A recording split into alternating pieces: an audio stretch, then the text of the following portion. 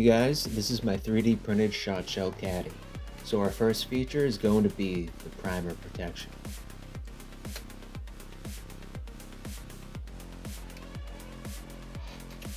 Our second feature is going to be a quick disconnect feature, so you can take the caddy off of your belt without removing your belt.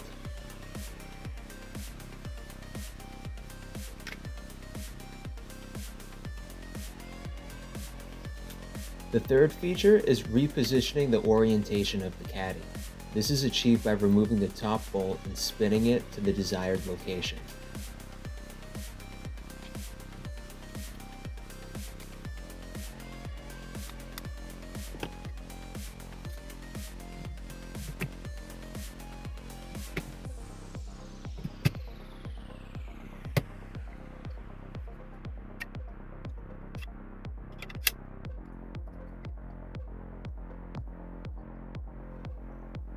I offer an 8-round caddy, a 12-round caddy, and a 16-round caddy.